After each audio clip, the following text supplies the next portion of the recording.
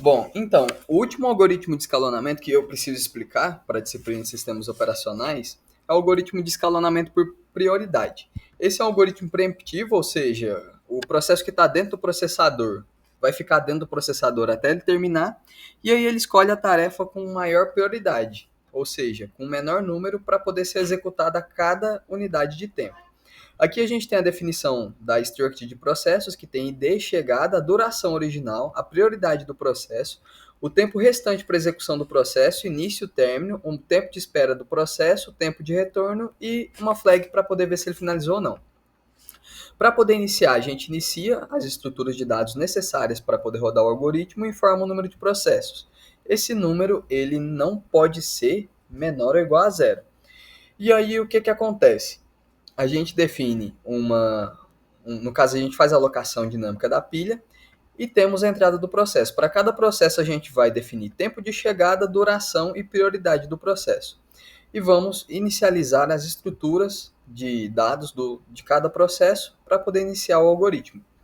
Então, enquanto aqui a gente não tiver um número de processos finalizados igual ao número de processos original, a gente vai estar definindo a ID do candidato e a maior prioridade encontrada.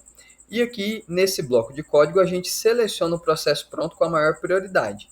E o critério de desempate, caso os processos tenham a mesma prioridade, é o menor tempo de chegada.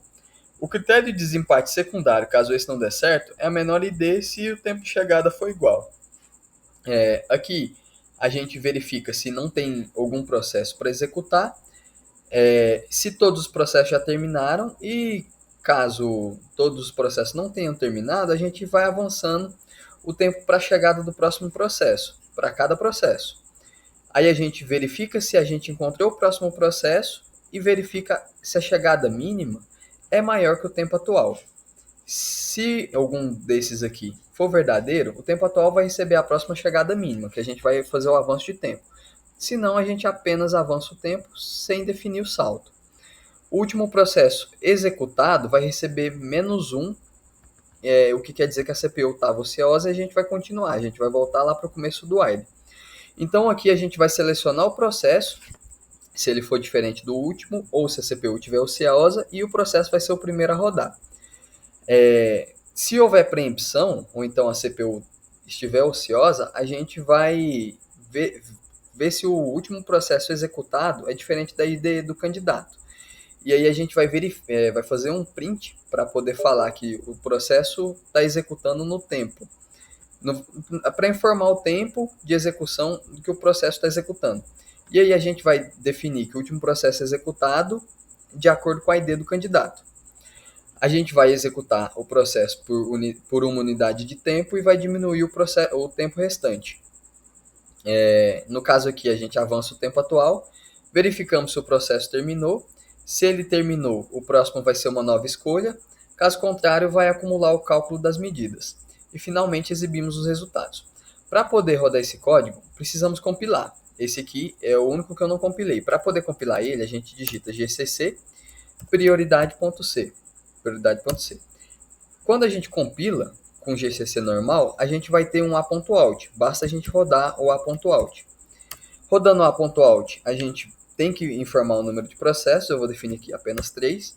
O tempo de chegada do processo 1 vai ser 1, a duração dele vai ser 2, a prioridade dele vai ser 1. O tempo de chegada do processo 2 vai ser 1, a duração dele vai ser 1 e a prioridade também vai ser 1. E o tempo de chegada do processo 3 vai ser 1, a duração dele também vai ser 2 e a prioridade dele vai ser 2. Aqui a gente tem que o processo 1 executou primeiro, depois o processo 2 e depois o processo 3. Isso quer dizer que isso aqui funcionou como se fosse um FCFS. O processo 1 chegou no tempo 1, durou 2 segundos, como a prioridade dele é 1, ele foi executado primeiro, ele iniciou no tempo 1 e terminou no tempo 3, não esperou nada e teve um retorno 2. Do processo 2, a gente teve ele na chegada 1, ele durou 1, a prioridade dele, como era 1, ele iniciou no tempo 3, ou seja, depois do processo 1, e terminou no tempo 4. Esperou 2 segundos e retornou 3. O processo 3, ele teve o mesmo tempo de chegada, mas como a prioridade dele era mais alta, ele executou por último. A duração dele foi 2, ele começou assim que o processo 2 terminou, e ele terminou em 6. Ele esperou apenas 3 segundos e o retorno foi 5. Nesse caso aqui, o tempo médio de espera foi 1,67 tempos e o tempo médio de retorno foram 3,33 unidades de tempo, terminando a nossa simulação. Dito isso, eu agradeço pela atenção e até a próxima.